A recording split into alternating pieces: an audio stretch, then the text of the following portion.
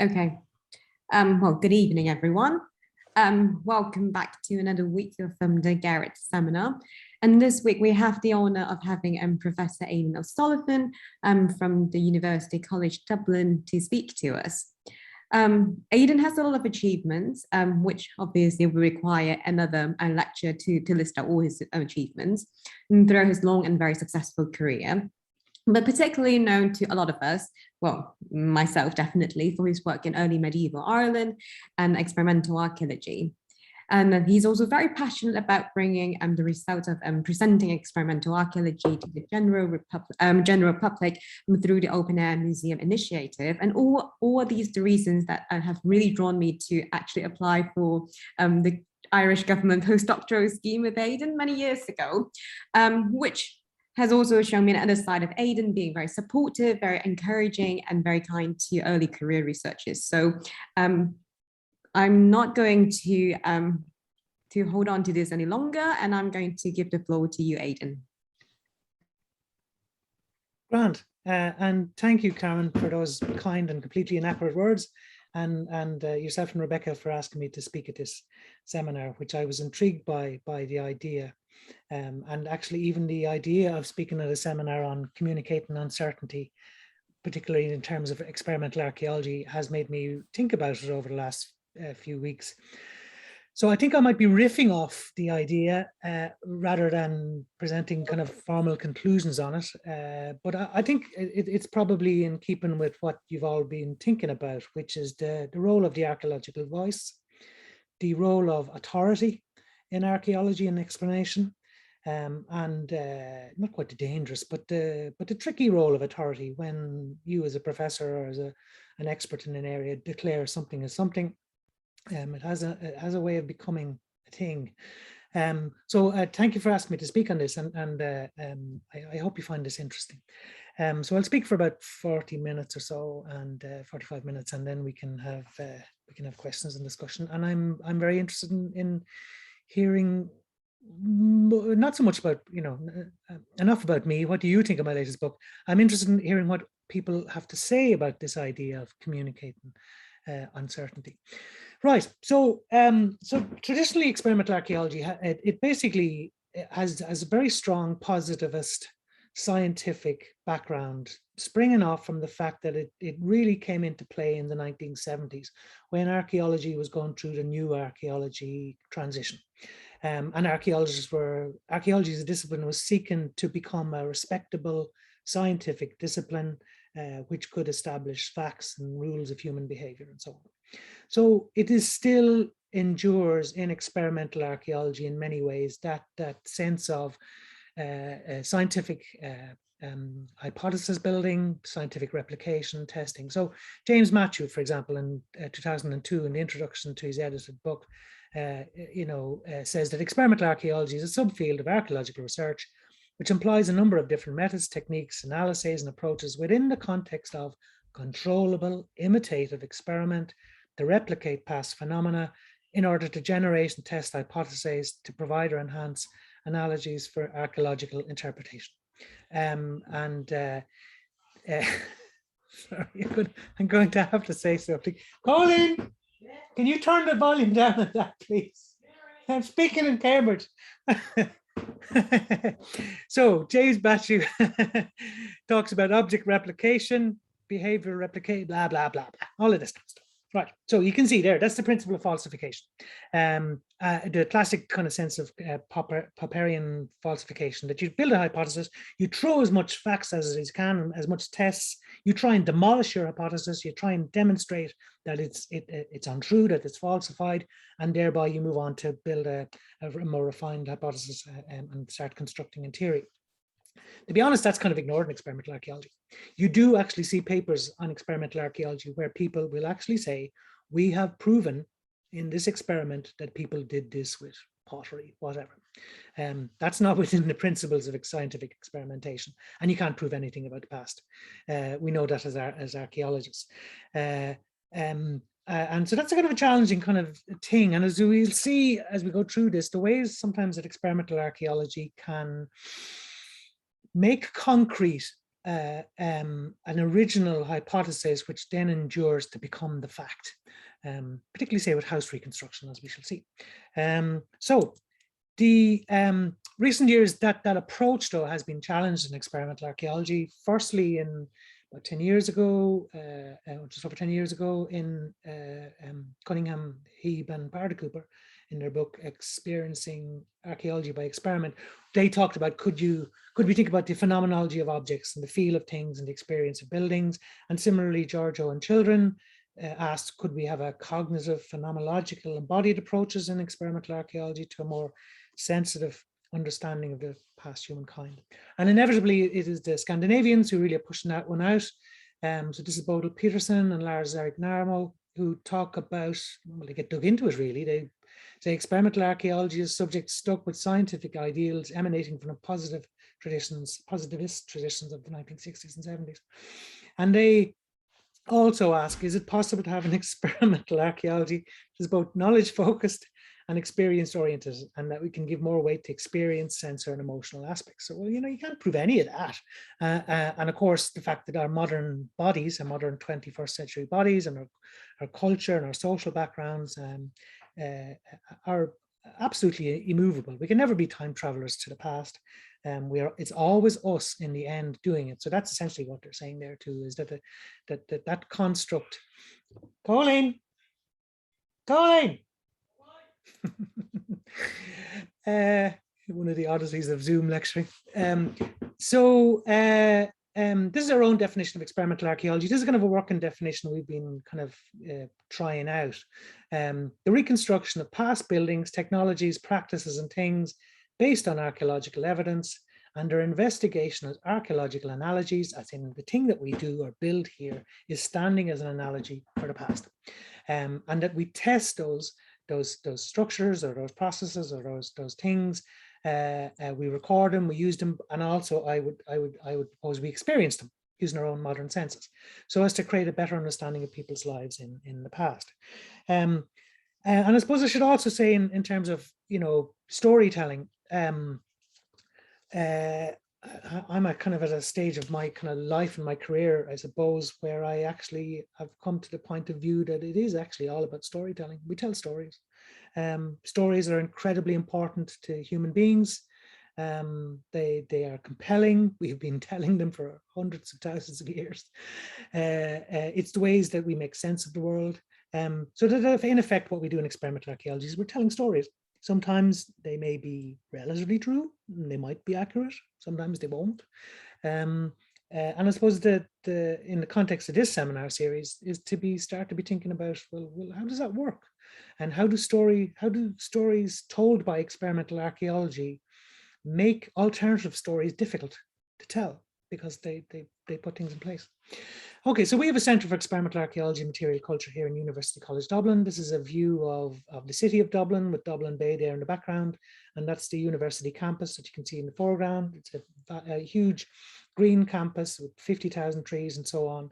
So luckily we are in the unique position of being able to establish a Centre for Experimental Archaeology in essentially a rural setting, as in this field where we have our Centre for Experimental Archaeology has never seen buildings, was probably used in the Middle Ages for crop growing, because we find pottery from manuring in the soil around us.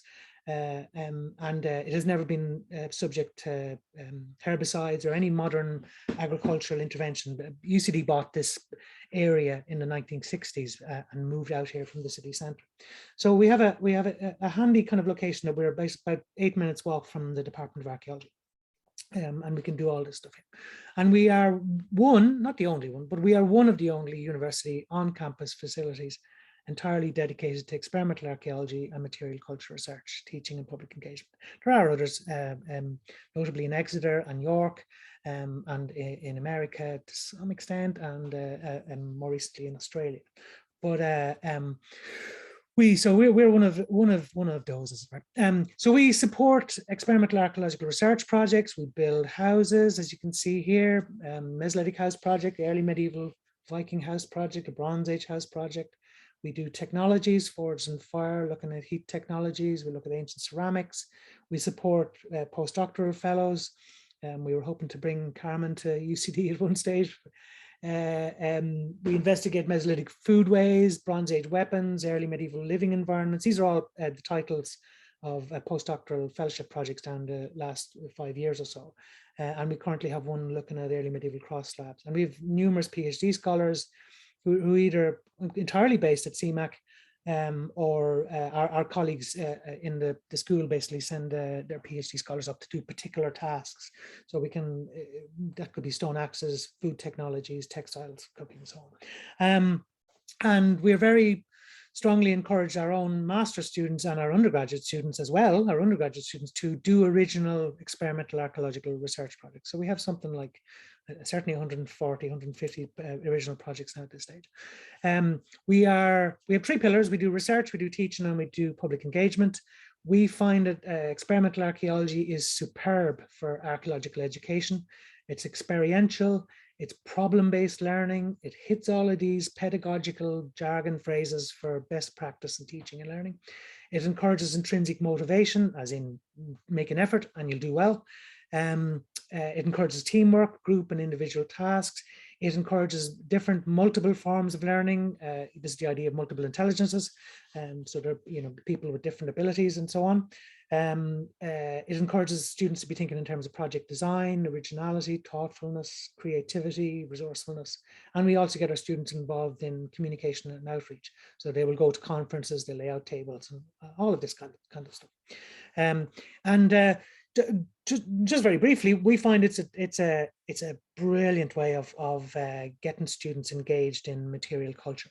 So we've had groups of our students go into the National Museum of Ireland, and instead of wandering past the display case where all the pots are laid out, which is what I do, I'm heading for the coffee myself, they'll gather in a group and they'll look into the display case and they'll chat away with each other and they'll talk about temper and fingerprints and techniques and incision and so on. So you're getting people because they've done it.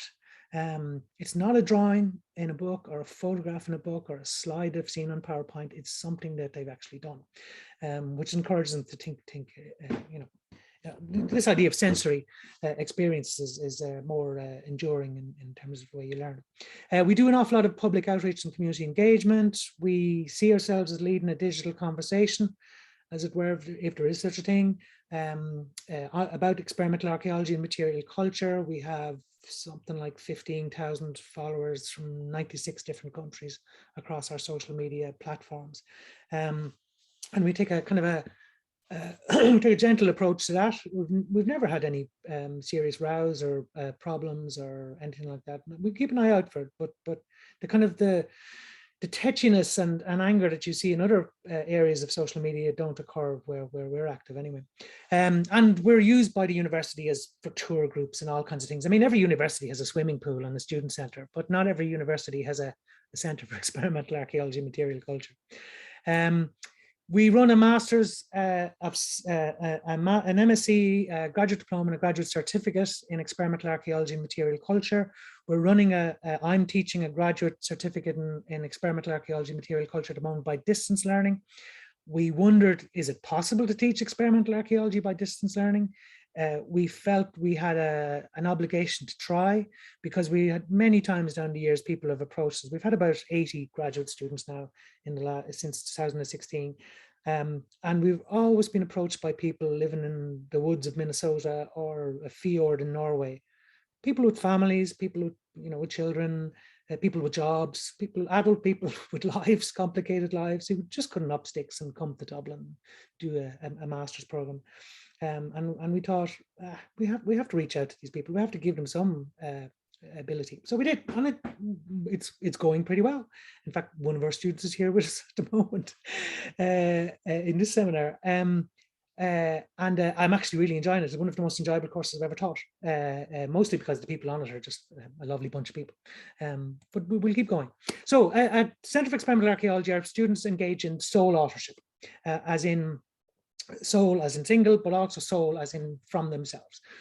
Everybody in these images here had to design a project had to come up with a research question, had to establish a methodology, had to gather data, and had to interpret and analyze that data in the context of the archaeological evidence. And that's incredibly powerful because they're fully engaged in something. It's theirs. They've made something. They've had to devise something original. So, years later, people come back to us and say that the one thing that they really do remember is the projects that they did at the Centre for Experimental Archaeology. So very rapidly, I'm going to skid through about 10 slides, and this is going to be impressionistic. This is breaking all the rules in lecturing. You're not meant to have, one slide for every 3 minutes or whatever. I'm just going to give you some impressions. These are just visual impressions of some of the things we do.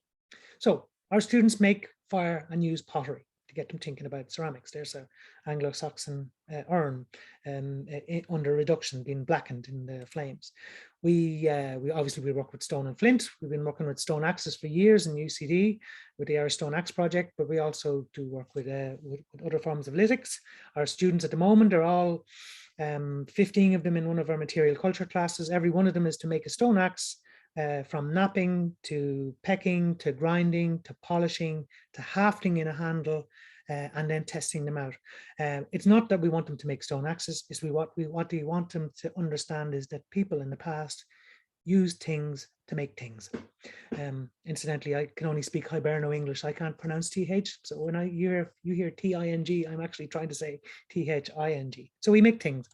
This is Ryan Lash. Ryan is doing a postdoctoral fellowship with us on in a project called Carved Materialities, looking at early medieval cross slab production in Ireland's Atlantic monasteries. He's looking at lithologies, imaging, and experimental archaeological replication. I would ask you to tell me which one of these is actually a 1,000-year-old cross slab and which one is about 2 or 3 years old. It's obviously the one on the right-hand side here.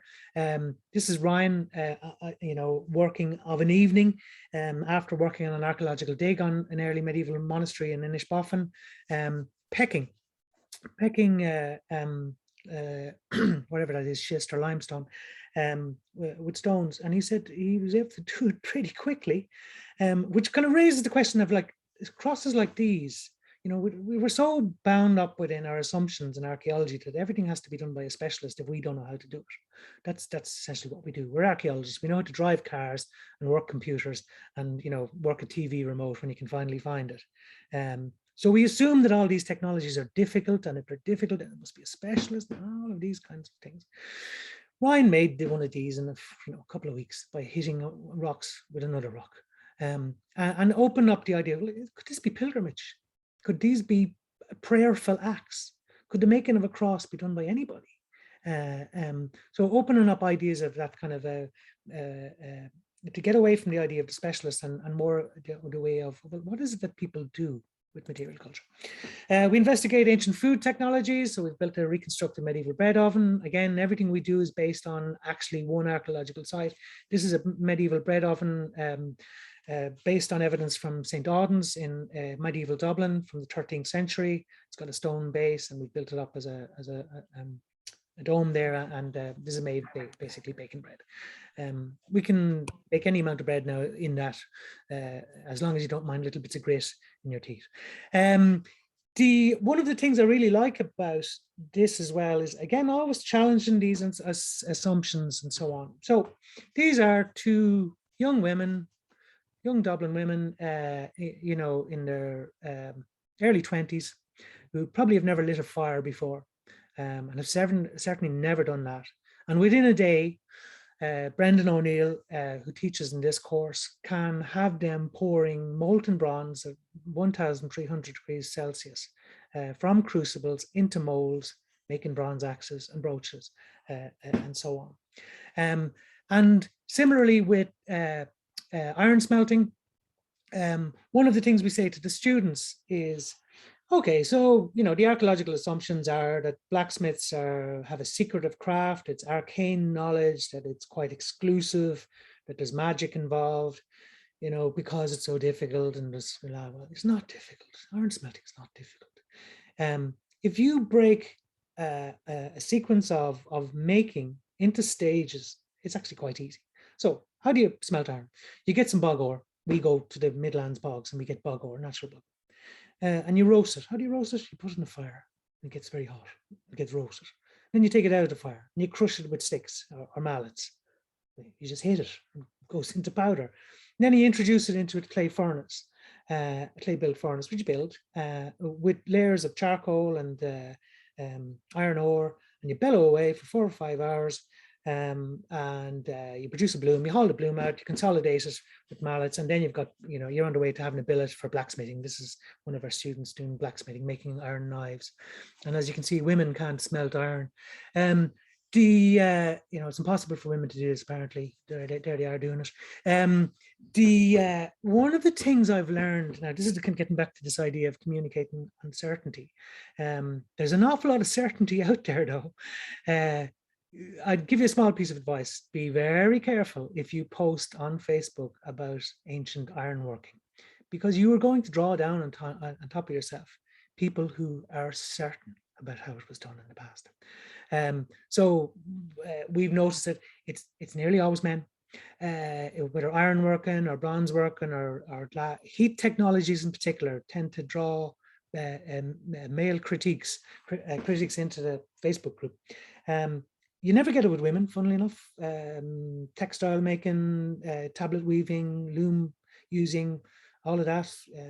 Women seem to be perfectly happy to, do stuff, make mistakes, share knowledge, whatever. And the blokes, though, will come in and say, no, that's not possible. One of the most amusing ones we had was, this is Viv Walker. She was a fine arts student from the University of Glasgow who came to us to do our MSc in experimental archaeology, and her experimental archaeology test was to look at a particular feature from an early Irish monastery called Dromiskin in County Tyrone, where there was a feature which was suspected to be involved in making glass beads. So typically, people who are interested in this regard glass bead making as something that takes place within a structure. So within a kind of a domed furnace-like structure, like some of the ones that we've already seen. So Viv was like, I don't know if that's true. So this is what she did. So it's an open structure. There's bellows there with charcoal going on. There's stone lining. Incidentally, once she was finished, and she excavated this feature, and it basically mirrored exactly the original archaeological feature that she was trying to test. And she made these glass beads. And of course, then on the internet, on Facebook, said all these men again said, you're doing it wrong, can't do it like that, that's not possible, you can't do it like that. And we were like, but the beads, said, I can't do it, it's not possible to do that. And we were like, but the beads, look at them. So again, one of the things that experimental archaeology does is just keeps you kind of chipping away at assumptions and certainties and just a good stock of humility goes a long way in experimental archaeology. We also do historic woodcrafts, woodworking, house building, various kinds of activities. This was a nice project. We made 6 or 7 Bronze Age anthropomorphic figures, and we've left them out in the open air for 5 years, and we've been able to show that it's likely that these figures, the original figures from the Bronze Age and Irish bogs, were probably put into bogs very quickly, because the ones that we've left out in the air have white rot, black mold, they've got perforations, they've got they're just completely deteriorated. The ones that we find from bogs have a lovely pristine lower surface, a slightly weathered upper surface, but it looks like that they were stood in a bog and then put into a bog, almost like a bog body. I'm beginning a lecture on that in Manchester in the next few weeks. We make things out of bone and antler. You can see our students here. This is a lovely project run by one of our students talking about certainty and uncertainty. This was one of our students, Josie Hale, I think it was, who made trickster's dice. These are bone dice which are weighted for cheating. Gambling was a big thing in the Middle Ages. It was frowned on by the church, as usual. But this seems to have been a feature. So she actually made a load of these dice which were weighted in a certain way, and then did statistical tests to show how you could actually use these basically in gambling. What you could do, for example, is you could be using a dice and then you could slip another dice out of your hand and throw that dice, and then whatever, as long as you're doing it in the kind of the dim light of a tavern, you could get away with it. We process hides, we look at the making of things of leather. This is another one where this is a find of interesting about certainties and uncertainties. The Transport Infrastructure Ireland and Westmeath County Council were involved in an excavation as part of a motorway scheme in the Irish Midlands at a site called Tevrin, County Westmeath. And Colin Maloney, I think it was, and his team who dug it. It was basically discovered as part of a motorway scheme. It was fully excavated, and obviously the motorway goes through, so all these items had to be lifted up. So the stones were lifted, and we were contacted by TII to ask if we'd like to have them. The National Museum gave permission, and National Monuments Service gave us permission to have them. Otherwise, to be honest, they'd probably be left in a depot somewhere. So we got our students to rebuild the cyst. Basically saying, there's the stones, on you go, build a cyst. So on they went, and they built a cyst, and we did it very, very accurately. We looked at the original plans, the original photographs, the original measurements, and we basically we knew each stone exactly where it should go, so we're able to replicate it like that. And that's one of our pots, which Brendan O'Neill made and fired, which is a more or less perfect copy of the original that went into the body. We didn't obviously put any human bodies in there, and we didn't actually take photographs of anybody. Like, you know, usually kind of people in these situations put a student in there and take a photograph. I'm not going to do that. But one of the things that the students did was they did this. They moved these stones, including a huge capstone, huge thing, several tons, I suppose it is. And again, on Facebook, we had people piling in to say, well, the way you could do that actually is with levers and A-frames and roller logs and all of these technical, you know, primitive engineering interventions that you could make. You've probably seen them yourself. You know, those kind of, you know, Discovery Channel programs about how you might move big rocks to make, you know, make a pyramid or something. And we were like, yeah, but you don't need to. And so there was a big debate on the Facebook group about, well, I don't know, that wouldn't be the way to do it. They do it like this, with this range of complicated structures and timbers and everything. Like, no. Well, why do you think they have to do that? So what I talk to the students about is, okay, I've been to many rural Irish funerals in the Irish countryside, very traditional. What happens at an Irish country funeral? The grave has been dug by the local men. The coffin is brought to the grave. Standing around the grave, the priest is leading the funerary ritual. The prayers have been said. Coffin goes in, lowered in by the family members, again, always men. And then step forward the neighbours, big burly farmers with shovels, who start shoveling the clay into the grave, and they're working very fast. And first of all, it's brutal. The noise is brutal. The stones hit the lid of the coffin. So, you know, that's your loved one, your mother or father or your sister or your brother or whatever going into the grave. Your daughter, in that case, I remember. And the men are moving very fast. Digging really, really energetically. And what happens is a neighbor will come up then, put his hand on the shoulder of one of the diggers, and he'll step back, handing the shovel to the man that's in. So what they're doing basically is they're digging so fast, it's very tiring, but the urgency to get the grave filled. And I say to the students, what is actually happening here? What's actually happening? You know, there's the material practice which is happening, but what's actually happening? What's actually happening is the neighbours and the community are stepping forward and saying to the family, you are not on your own. We are here with you. We will bear you up. We will help you. We will stand beside you. We will, you know, bring food later on, sandwiches, all of that kind of stuff. In really big funerals, you'll actually have farmers, you know, organising car parking in a field, and, you know, all of these kinds of things. Why wouldn't that be the way it might be done in the Bronze Age? Why do you need a technical intervention like a lever or an A-frame? What happens if maybe if your neighbours just use their arms and their muscles? You know, so we had 20 students, fairly easily, with a bit of effort and taking a bit of time and persistence, moving huge capstones. What are they doing? This is a community coming together to repair the rupture of debt in a community. Now, I don't know if that's true. I can't be certain if that's the way, but I prefer thinking about it that way than some kind of technical intervention. Yeah, we do lots of public engagement, as I already said. Right. Okay, enough about that. Let's focus on one particular topic, and it's house building. And the traditional questions in house building tend to be along the lines of, how do you build a house? What is the architecture? What are the raw materials, the technologies and skills needed? What should you be thinking about in terms of light and warmth and heat and smoke and seasons and so on? Once you've built a house, can you be thinking about the ways a house could be spatially organized in terms of status and gender and kinship and household and so on? And how do they deteriorate and how long do they last and so on? And particularly for us, was could we build one? So the this is, I'm going to focus on one particular house that we built from early medieval Ireland. We're looking at a house from the 8th century. So this is a classic form of early medieval settlement enclosure in Ireland. We have about 60,000 of these. We have the richest early medieval settlement landscape in Europe. And they probably look more like this back in, say, around the year 900 or so.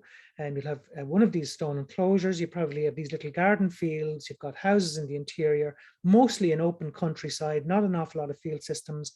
We know that from, look, that's a whole other lecture, in fact, it's a whole other course. We know a lot about early medieval settlement archaeology in Ireland now after our last 15, 20 years of infrastructural development. So we picked one particular site, Deer Park Farms in County Antrim. This was a ring fort, which was completely excavated in the 1980s. This is a distribution map of ring forts in Ireland. You can see something like going on for 60,000 there, and they're basically everywhere. The only place they aren't is in tops of mountains and in really poor land, bogland, and low-lying marshlands, but otherwise they're everywhere. This particular site is say about a 25-meter enclosure. And inside in the interior, you can see these roundhouses. It's accessed by an entranceway. And these roundhouses are typically figure of 8 structures. So you can see one here, this is structure X there. This is around 700 AD with a second structure attached onto the back of it.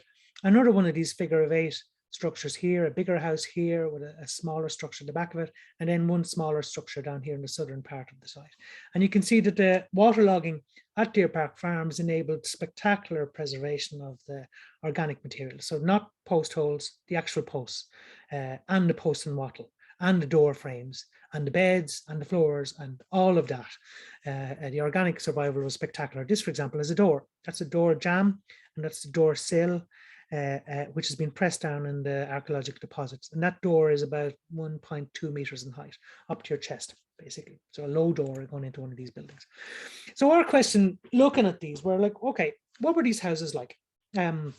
So particularly focusing on structure epsilon here, which was about a 5-meter diameter roundhouse. You can see that it's got an inner wall of posts and an outer wall of posts and an entranceway or doorway here. And you can also see evidence for some type of interior arrangements of posts, which we suspect are beds or benches. So our question was, well, okay, well, what do these things look like? Because they're a conundrum. Because the individual structural elements in this house are, none of them is bigger than that. Apart from the door frame, none of them is bigger than that. None of them is thicker than your wrist. These are not timber buildings. These are post and wattle buildings. And they can be pretty large. Our largest one in Ireland is something like 12 meters across in diameter, you know, twice that diameter there. I was pointing at the screen. So these are large buildings built of extremely light materials with no heavy internal roof supports. So there's no way of holding up some kind of a big house. And of course, worth remembering, like, you know, who's the artist? Cécile Nepa and Peep. This is not an early medieval house. It's a hole in the ground. It's archaeological features. It's a bunch of sticks and some stones and archaeologists kneeling on it. So not an early medieval house. You know, it once was, but it now isn't. This is not an early medieval house either. This is paint. An artist has used paintbrush and paint and made a drawing. And look at the way that these houses are reconstructed. Straight-sided walls, cone-shaped roofs. And there's another one there. That's, you know, whatever. These aren't early medieval houses either. That's not an early medieval house at Cragganone, nor are any of these. And isn't it interesting, though, they're all the same. They all look the same. All across Britain and Ireland are potentially dozens of these things, which have straight-sided walls and cone-shaped roofs smacked on top of them. And this is how certainty emerges. What are all of these houses? These are the children of Peter Reynolds in the 1970s. Peter Reynolds reconstructing at Butser Ancient Farm, the Pimpern Roundhouse, or the Mulligar roundhouse, he speculated that these houses had walls, had porches, had doorways, and had roofs, which he said were probably 45 degrees in angle, which is most effective for shedding water and distributing weight. It just so happens that these houses don't exist at all in the vernacular tradition in Ireland. You know, there is no time in the recorded historical past where there are any cone-shaped houses in Ireland. The second thing is, if we look at houses across Britain and Ireland today, they have a huge range of vernacular traditions and variations and differences. Yes, all of the roundhouses that we reconstruct in archaeology, they're all the same. In other words, what we're all doing is we're all basically building Peter Reynolds' house from 40 years ago, again and again and again and again and again and again. And that's and look, I wouldn't underestimate the impact of these structures on the way that we as archaeologists imagine the past. I mean, when do you ever see, you know, an Iron Age house except in one of these things? And that's what stays in your head, and you use in your slides and your PowerPoints and your public lectures and whatever, and the students go away with that image in their head and whatever. This is all made up by Peter Reynolds. That was, you know, that's him saying it could have been like this.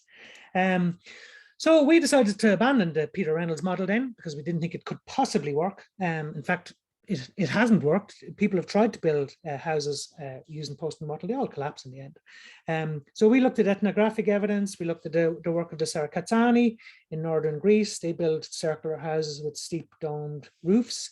And this is a Wichita First Nations house from Kansas in the early part of the 20th century. This is a massive structure that's going on for 10 meters across. See the size of the door there. This is a domical structure. It's called an undifferentiated structure in architecture. Undifferentiated because there's no difference between the wall and the roof. It's all wall and it's all roof at exactly the same time. And it's immensely strong in every meridian, that way, and that way. So that's what we did. We proposed that we basically looked at the archaeological evidence from Deer Park Farms very closely. It's very clear in the archaeological evidence that the first thing that goes in is an ankle-high run of posts, and then driven into the interstices between the wattles are more vertical posts. It's woven in a particularly distinctive way, which is immensely strong. As I say, each one of these hazel rods is, you know, you can snap it. But taken together, the weave creates a rope-like structure. You can see the kind of the visual appearance of it there. It's kind of an interlacing of rope-like patterns. Makes it immensely strong. Into the spaces between the inner and the outer walls, the environmental evidence from Deer Park Farms showed that it was packed with heather and bracken and moss. So we went up to the Wicklow Mountains and we brought down 50 bags of bracken and heather and moss and packed it into the spaces between. And of course, when I say we, I mean the students did. I was off doing something less strenuous that day. And this is Brendan moving the structure into a dome shape. And this is what was it when it was finished. So our proposal is that the Deer Park Farms houses are actually undifferentiated domical structures, not conical structures. And as it happens, though we didn't really think about it at the time, these are the closest that you can get in reconstructions to the only likely known medieval or early medieval buildings that we have in Ireland, which are these stone-built clochans. And you can see how high-pitched they are as well, and that they're domical. And this is in stone, obviously, but what we're saying is that this potentially could be the same in post and wattle. So what does experimental archaeology give you in terms of knowledge of skills and labor and so on? Well, there's a 1.5 tons of heather up there. We know that from the environmental evidence, or we suspect it from the environmental evidence. There's the better part of 2,000 hazel rods. There's oak timbers for the doors. There's a mobile phone up there as well, or there was a mobile phone up there. The thatcher put it down when he was working one day to take a phone call, and then continued about his day. And we shouldn't have laughed, but we did. And we tried to phone it later on, but it was out of battery. So as well as all the kind of lovely organic environmental material, there's also rare earth minerals from Central Africa up in the roof of that building there. Brendan said you could do it in about 2 to 3 weeks. And there's no physical reason why that work couldn't be done by women. Amongst the Sarakatsani goat herders, nomadic goat herders, they built these wattle structures in a period of days for the visiting cheesemaker. And then funnily enough, medieval references to the Irish buildings, that when the Anglo-Normans come here, they talk about the Irish throwing up palaces of sticks. And also in the 16th century, English commentaries during the 9 Years' War here in Ireland talked about the Gaelic Irish living in houses made of sticks and bracken. It could be that this is a vernacular, and in fact, it looks like a tradition that goes back into the Bronze Age, because we have very similar structures in the late Bronze Age in Ireland as well. So we were able to use then that building to start thinking about, so now you've actually got a building that you're inside. Okay, it's a reconstruction, it's a replica, it's a hypothesis, can't be sure that's the way it was made, but it is a reasonable reading of the archaeological evidence. So how does light work in there? So most of the light is at the doorway, and the door, the light splays across the floor. We did luxometer readings and all of this, and you can obviously also control light using the central fireplace and candles and rush lights and so on. So you can provide illumination. But one of the things that we were struck by, and again, this is one of the advantages of experimental archaeology, keeps on poking at you, keeps on saying, did you think of that? What about that? What happens when you put a rectangular or a trapezoidal bed inside a roundhouse? You create corners. Now you've got a roundhouse with corners. And in this case, this is our measurements of the light levels. There's a one corner which is in perpetual darkness, never bright. That's where we used to stash our coats and things. And then you'd be kind of circling around in the darkness, kind of trying to find something, you know, down there. That's never illuminated. You could illuminate it obviously with a candle, but in terms of natural light, that's the way light plays out, and it changes through the day, you know, from morning to evening, because the sun moves obviously. So light is dynamic. It moves in this building, and it also governs how you can move around, and how you can. So there's a bright corner of the house, there's a dark corner, there's darker areas, there's brighter areas, and so on. So the light works as a kind of a type of furniture for how you can move around in these places. And then again, that makes you realize, well, we used to put some of our stuff in a place where you wouldn't end up kicking it, and some stuff that you didn't mind about might be out the back. In early Irish law, there's an early Irish law from the beginning of the 8th century, which is really about status and property, and it basically lists all the things that a prosperous farmer should have. And early Irish law is really about injury to property and status. If somebody injures your animal, damages your property, they have to pay a fine. And there's no equality before the law in early Ireland, as I like to say to the students. I'm a professor, you know, if you damage my car, you've got to pay whatever, €10,000. If you damaged my good friend and colleague, Brendan O'Neill, he's only a doctor, he's not a professor. You just have to give, you know, just have to pay him €5,000. There's no equality before the law in early Irish law. Fines are on the basis of your own status. But there's interesting phrases in the laws that you can pick up, you know, that you could claim compensation if a guest broke something in your house, but only if those things are in their proper places. The other thing to be thinking about is space, light, and gender.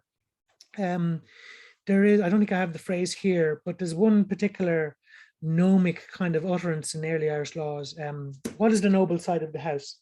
The right side, as in the north side. Why is it noble? Because that is the place where the man sits. There's a perfect circular argument there. It's noble because that's where the man sits, and the man sits there because it's noble. That gives you hints that there could be gendered spaces, but in reality, that we just don't have it. We just don't have the evidence. And using the distribution of artifacts in excavations can be tricky, as I shall show you in a moment. Objects in buildings also help us think about household ancestry and gender. This is the Deer Park Farms houses. This was a wooden trough, a kneading trough for kneading dough, which was 150 years older than the house in which it was left. So when they abandoned this house, they pushed the walls of the house over. On top of this, and in this trough was a shoe last for a left foot, size 6, I think it was. So possibly a woman's foot. What the hell is going on with that? The way I read it is this is a grandmother's kneading trough, which at the death of the house is not moved out of it. You know, we're not going to know. This is the kind of stuff which just isn't mentioned in early Irish documentary sources. It's the archaeology, the material culture, which hints at that. We tested the house for warmth, cold, and so on. We could get the temperatures up to be very comfortable in there, even on a snowy day. On a summer's day, it could be uncomfortably warm with a fire going, but the warmth drops off very quickly. And you've got a lot of physical labor to keep the fire going. The BER ratings of these houses is disastrous, or let me say that more accurately.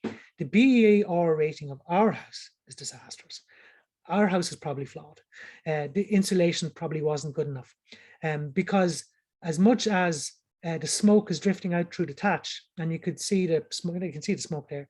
There's no chimney in these buildings. There's no old Irish word for chimney. So the smoke just drifts out through the thatch. But of course, as the smoke is getting out and presenting you with a nice kind of habitable space, it's also letting the heat out.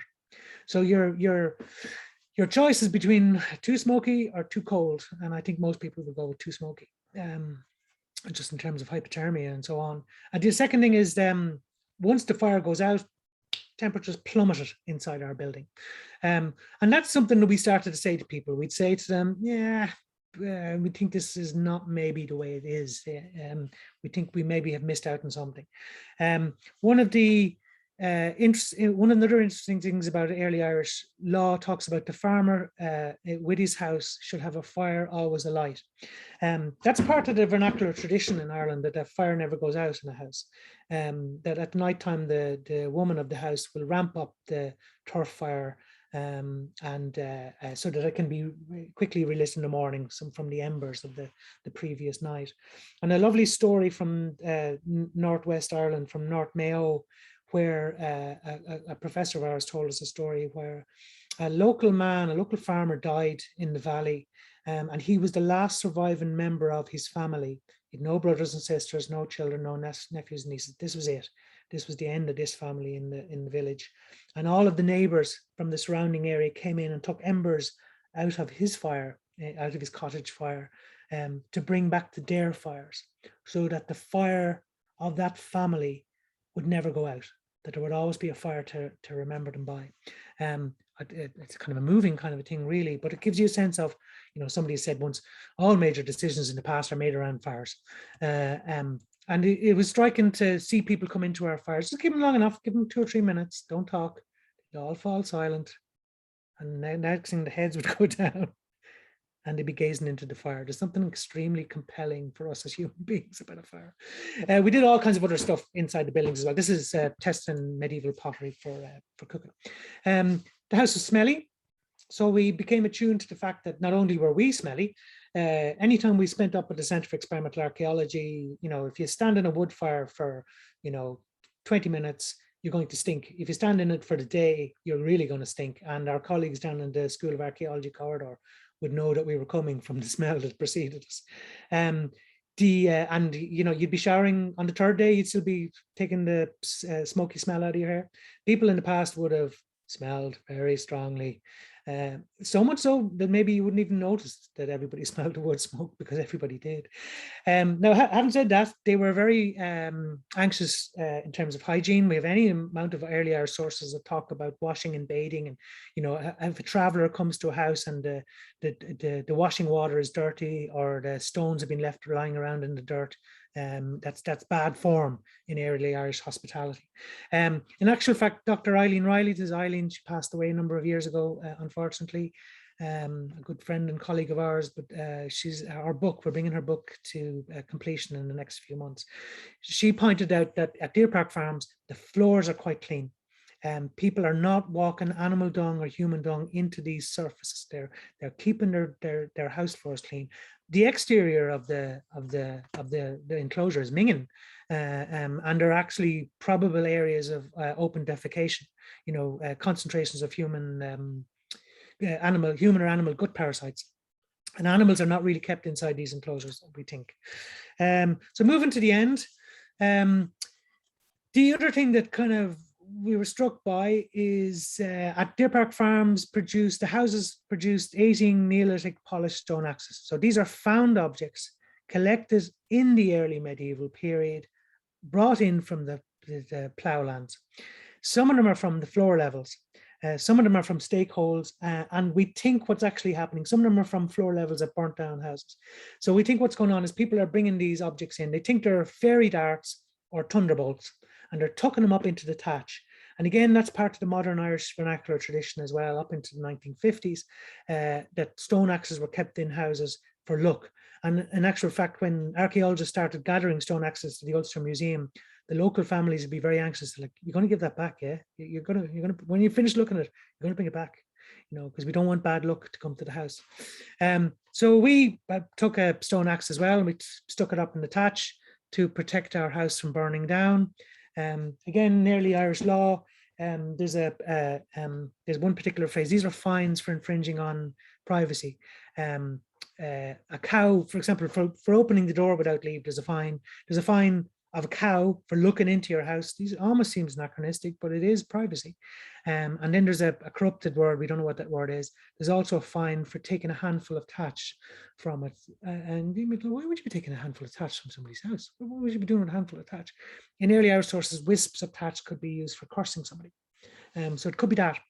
Anyway, so we had a stone axe in our house thatch to protect us from burning down, and it didn't work. It didn't work at all, in fact. So in May 2019, two little scuts, two 15-year-old boys broke into the Centre for Experimental Archaeology and lit the house on fire, and it was in, you can see the height of the flames there. It was probably destroyed within about 10 to 15 minutes.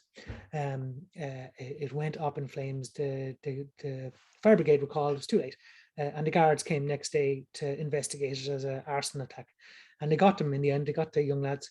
They had broken into offices elsewhere in the university, and one of them had left his phone on a table. So the police picked up the phone and phoned his mammy. Excuse me, what's your name? So that's ongoing at the moment. One of the things we want to do is bring them up here and make them rebuild it. If you burn down somebody's house in early medieval Ireland, you have to rebuild their house, and you have to give them a cow.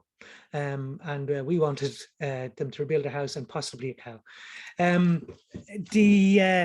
So what do you do in that scenario?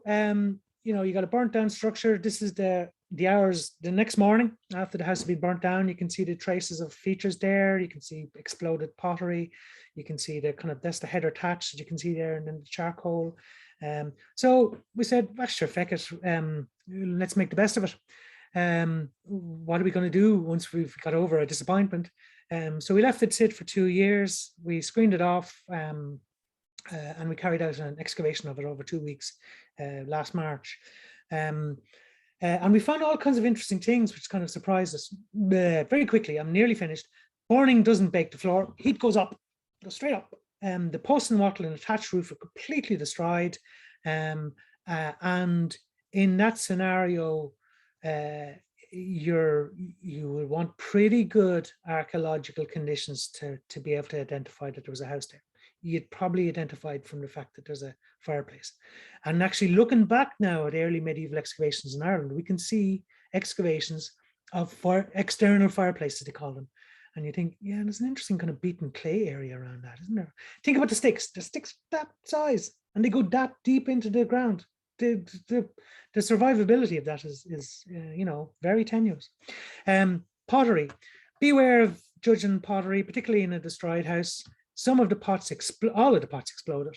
Some of them shattered and fell where they were. Some of them flew across the floor, were 3-4 meters away from where they were, because we knew where they were. We knew they were sitting on the bed and on barrels and things like that. Our stone axe, our treacherous, magical shale stone axe that didn't help us protect our fire from burning down. It exploded in the heat. Shale obviously has moisture in it. The temperature of the fire would have been certainly over 1,000 degrees.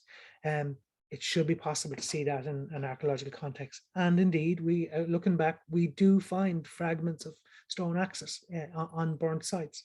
We had a bucket of iron ore, which mysteriously turned into a lens of iron ore because the bucket is completely destroyed. And it started off as a cylinder. If I go back up there you can see it over there. That's a cylinder of iron ore, which afterwards becomes a lens of iron ore, which then becomes a kind of a spread of red material. So again, the destruction of a building, to be considering the fact that the destruction of a building isn't the end of the story. All kinds of more things are going to happen. Animal trample, bioturbation, weeds. The environmental material in the interior of that house is now a story of 2 years of weed growth. And the plants that would be found there, and the snails and the earthworms and all of the things that are going on there. Anyway, we're rebuilding it at the moment. We should have it rebuilt by Christmas. So final slide, last slide. So I tend to talk about experimental archaeology as making, understanding, and storytelling. Making helps us to think practically through our hands and our senses about how people made things in the past, how they used things in the past. But more importantly, for me, it's a way of thinking through archaeological evidence as well. It's a way of provoking questions that you didn't think of asking, such as the movement of materials in a fire,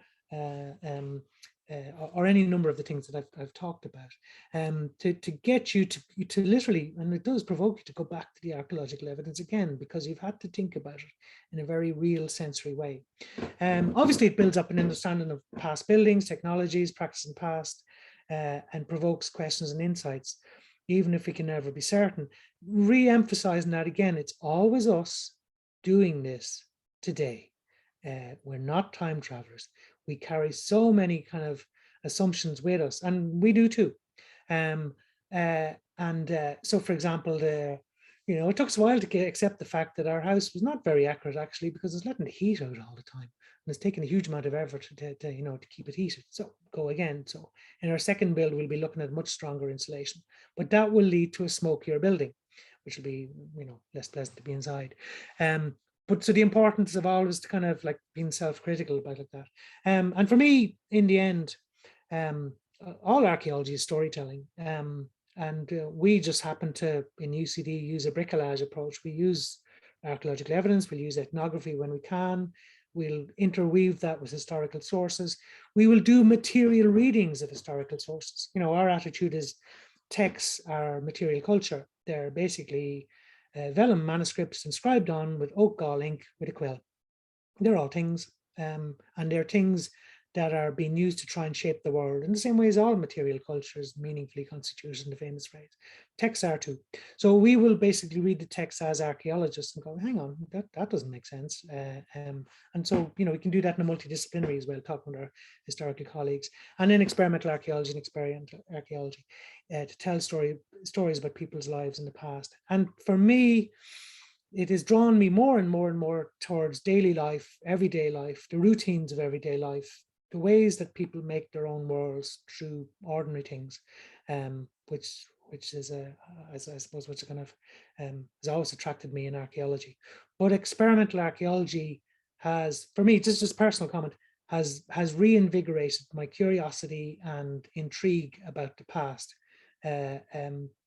In the same way that I hope that our students are intrigued about the past, because you're so engaged with it, with all your senses and your problem solving and handling of materials and so on.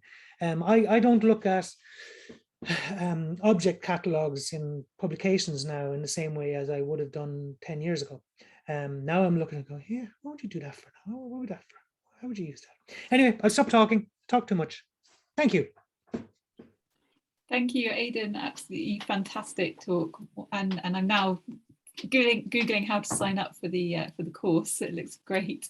I know we are at the end of the hour, but if people would like to stay and ask a few questions, it would be wonderful to have a discussion, Aidan, if you have the time as well. We are recording as well, but if you want to put your cameras on, it does make for a bit more of a friendly space, I think. I can see one hand up already. So Amanda, if you'd like to ask your question. First of all, I want to say this is really, really cool what you're doing. I was wondering what you went over very, very briefly about public engagement or community engagement. Is this something that you work with like other historic sites or other places? This reminds me so much of like living history programs or living history parks. I'm curious how much that crosses over. Yeah, we do a lot of that. The two things we do is, first of all, we have an open gate policy. We're on a public part of the campus and there are pathways going past, and all the way through COVID we saw hundreds of people going past with their little dogs, with their new little dogs. So we have a policy of, we see people at the gate, we'll go over them saying, do you want to come in? Come on, show you around. Don't trip over, don't fall into a ditch, don't fall into a hole, don't touch anything else. But apart from that, so we just have a policy of engagement like that. But we also go out as well. So we were out 2 weeks ago with Dublin City Council in St. Anne's Park, and we ran bronze smelting. So we were melting bronze and casting it in molds. So that large, hundreds of people, members of the public behind a rope, obviously, could see what we were doing. And so then you'd go into this kind of performative patter about bronze casting in the past and whatever, and sharp blades and all kinds of things like that. Yeah, so I see experimental archaeology as being very powerful in terms of storytelling to the public, because of the immediacy of it, because of the colors and the flames and the drama, and all those kind of things. You get some kind of nice moments as well. We had some little kids with their mammy, with her mother, and they just come from a football match. And the mother was saying, like, he's really interested in history and would really like to do archaeology. And I said, well, you can do archaeology. And the three of them are looking at me like, we're working class. We don't go to universities. And I said, you can, absolutely you can. You can do this. The mother said that one of her sons was autistic, and we were like, yeah, that's fine. Yeah, go to university. Things we do in experimental archaeology, these are one of the things we've noticed in teaching. I'm getting off the answer now, but one of the things we noticed in teaching, multiple intelligences. People can do very well in programs in experimental archaeology who might struggle in other forms of more traditional teaching and learning, because people bring abilities. And the other thing that happens in those scenarios too is peer learning. So there'll always be somebody who can actually do it that bit better, or is more handed as in abilities with their hands, and you'll see them teaching their classmates. And once that's running in a teaching and learning scenario, you're onto a good thing. Yeah, so community engagement is a very big thing of what we do. Personally, as an Irish archaeologist, I feel, as an Irish university archaeologist, I'm a public servant. I'm paid by the state to educate the children of the nation about archaeology if they want to, and anybody else, not just Irish people, obviously. So I see it as an absolute obligation of archaeologists in a university to pay back. We are the citizens of the state, pay their taxes so that I have a salary. That's my job to talk to them. Yeah. Thank you, Amanda. Thank you. Marcos, you have your hand up. Hi, thank you. That was really wide-ranging and really interesting. And I wonder whether I could ask you to elaborate a bit more on your thoughts of where do you get the quality control when it comes to publishing this? Let me try to explain. You have the wonderful opportunity, but also the challenge that you're working with craftspeople and amateurs and community and non-academics in co-producing knowledge, which is great. But then the way in which experimental archaeology is communicated, perhaps for that reason, is partly on Facebook, as you were saying, or on blogs, partly on journals. But a lot of it, my sense is, sometimes doesn't get published in peer-reviewed journals. And therefore, it's also in that sense different from most other strands of archaeology. So how do you, even as a consumer, how do you know you're getting the good experimental archaeology, the reliable one, the rigorous one? So where is that disciplinary hygiene or quality control, which is dangerous, but is how most other disciplines operate? Where do you publish your stuff? Is it in the extra journal, in normal journals? Wonder if you could... Don't publish enough, to be honest, Marcus. That goes back to that, and it's an excellent question. And it's an aspect of experimental archaeology. Generally, experiments don't get published. Generally, they mount up in people's heads as sets of experiences and sets of practical knowledge and so on. I suppose the challenge is, I'll go back to that point that I made before. Myself and Brendan were talking to students about a particular paper that we had seen, where people had done an experiment and in the end said in the paper that they had proven that people would have, I can't remember what it was, I think it was Pottery, people would have done this particular thing. And our reaction was, you didn't prove anything. In no sense did you prove that's what happened. What you've demonstrated that it might have been like that, or that's one possible way of doing it. You know yourself, Marcus, there are publications in Journal of Archaeological Science and so on, and that attempt to do that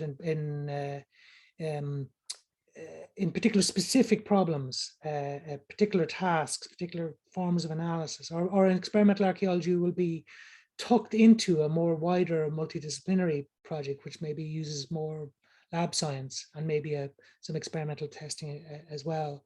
I suppose we tend to kind of towards the, I suppose, well, our own personal experiences, we've been so busy teaching that we mostly teach, and not publishing maybe as much as we might, and maybe publishing more kind of popular versions rather than the scientific ones. I don't have a straight answer to that one, except it is, as you know as well, Marcus, it is recognized within the field of experimental archaeology. There's an awful lot of repeating going on, but not necessarily data building up. Everybody's doing kinds of the same of experiments, but not necessarily leading. I know Martin Bell has written about that as well. He called it Xeroxing, that everybody is essentially trying to do kind of the same thing. There are excellent papers. I mean, particularly struck by the papers out of University of Reading on house floors from Butzer, Rowena Banerjee's papers on geochemical analysis, soil marker morphology. There are ones which you go on. Yes. Yeah. I should have clarified. This is not about you particularly, and there are really good publications from your team and others. But some things you find not just about, but really excellent experiments and on various scales that you come across on the internet. Sometimes exactly on blogs or on Facebook, somebody reporting on their experiment, and there's no standard way of getting that information, and it's a pity. It adds to the diversity and you know, to acknowledging. And I know you weren't saying you. I know you were saying one, but it's one of the things I was thinking about uncertainty. You know, Brendan talks about this. There's a concept. There's an idea called the bowl-shaped bowl furnaces in iron smelting, and it was done as an experiment by Professor Michael J. Kelly, who basically just did a bowl, lined it with clay, got some charcoal, pumped it up, put in ore, and lifted out something which might or might not be iron bloom.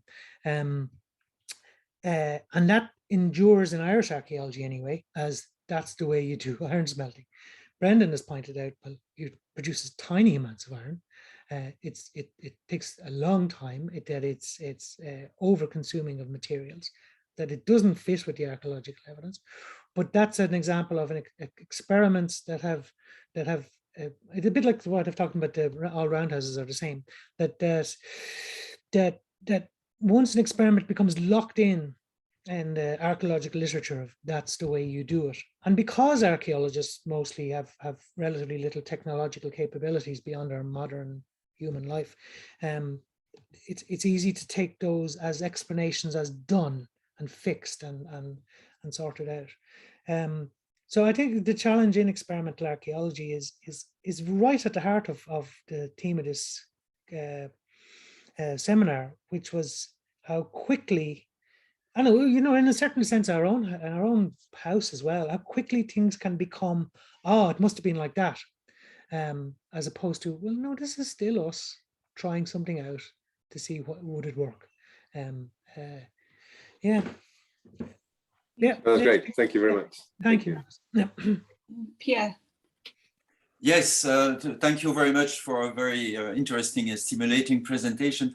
I was wondering how much interaction do you have, and you gave some example, but I thought quite limited, about what you could get from ethnoarchaeology. There is much, and I've always wondered why there is no more interaction, it seems, between ethnoarchaeology and experimental archaeology.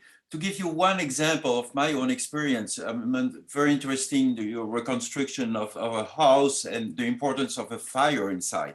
one important aspect that we know in Africa is that maintaining a fire inside a house cover the inside of the roof with tar, which keeps the insect away. And it's, if you don't maintain a fire inside a house, the roof will collapse very, very fast. So it's extremely important. That's one brief example. But I was wondering how much and how do you see the interaction between ethnoarchaeology and experimental archaeology in the long term? Yes, is the answer. They're very closely allied, obviously.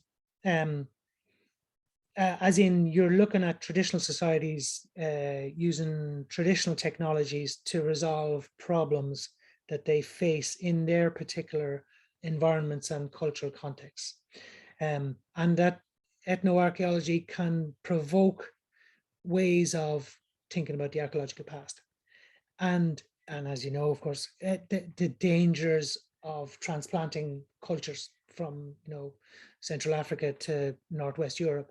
And I kind of think that's actually what happened with Peter Reynolds' reconstructions, is that he's working off, well, I can't prove this, but working off some of the early explorers' drawings and of houses that they might have seen in Africa, you know, in the 19th century, in the early 20th century.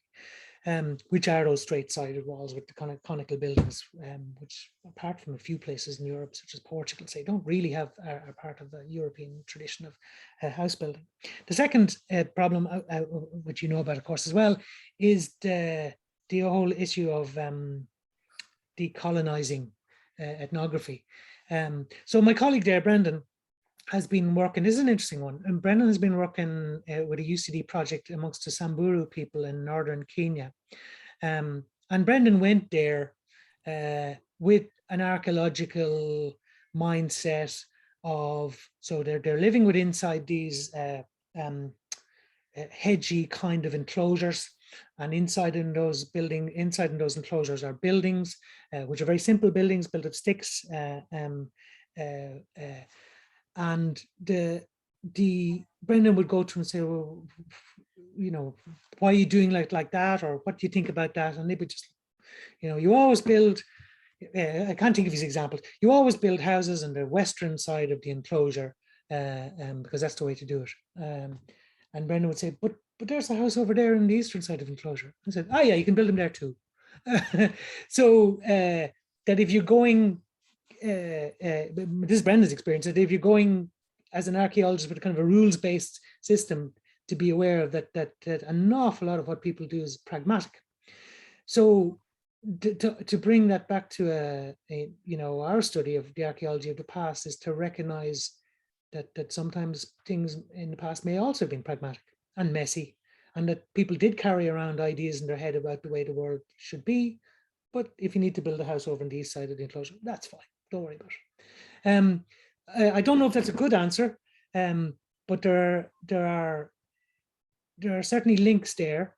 I'm not an anthropologist or an ethnoarchaeologist. There's a great potential and also a great need to be wary, I suppose I would be the way to summarize it. Thank you. Thank you for your question. Thank you. I'm aware this is wonderful. We've got these discussions and it's really exciting. I'm very sorry. I myself need to step out now because I must go and get my son from school. Otherwise, they'll start calling me. But Carmen is here to continue chairing. And I just wanted to thank you again, Aidan, for this absolutely fascinating talk. And I will be watching the remainder of this on the recording at the end because this is wonderful to have all these questions. So thank you, everybody. And I'll hand over to Carmen. And I see Emma has her hand up here. So thank you. Okay, see you, Rebecca. Enjoy your evening.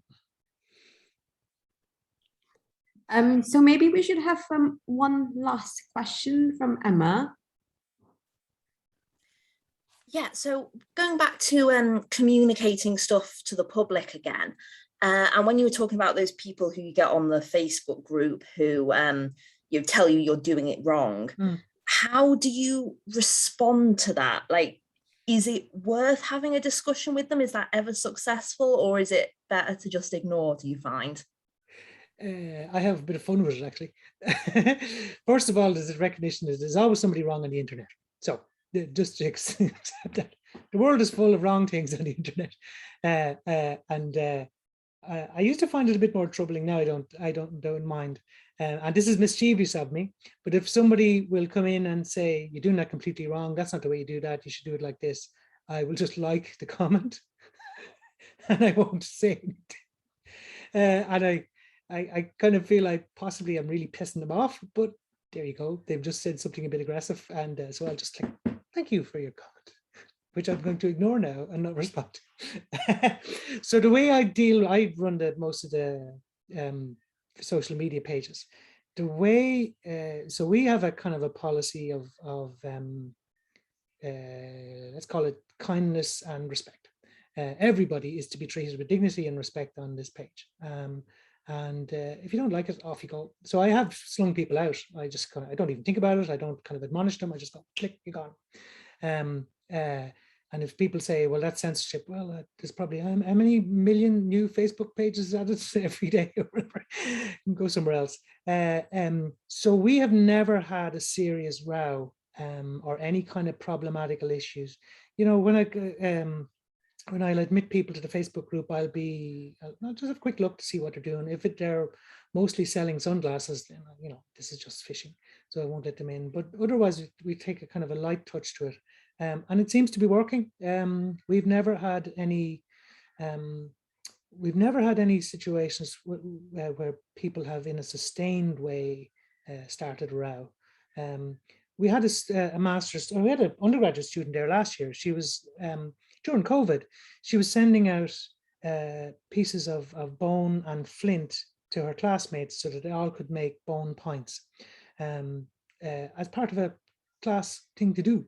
And somebody came on who should have known better now and slagged it off. And I was like, you're gone, you're out of there. And I just removed them from the group. You know, if you don't have to cop on to, you know, to treat people respectfully on the internet, well, then go do it somewhere else. So it seems to be working. We don't have any rows, not yet anyway. But I think the other thing is, like, if there's a row starting, just don't get involved. What did George Bernard Shaw says? To never wrestle with a pig.